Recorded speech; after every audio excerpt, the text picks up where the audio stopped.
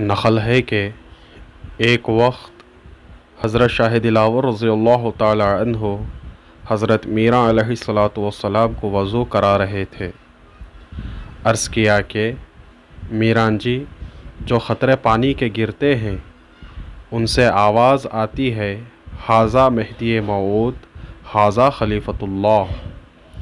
فرمایا، ہاں ایسا ہی ہے، بندہ جس راہ سے گزرتا ہے، درختوں، پتھروں، بلکہ ذرہ ذرہ سے آواز آتی ہے، ھذا مہدی موعود، لیکن اس کو سننے کے لیے تمہارے جیسے کان چاہیے، جن کو ازل سے نور ایمان عطا ہوا ہو، وہی اس آواز کو سنتے ہیں۔ والیان ولایت، حصہ سوم، صفحہ 82۔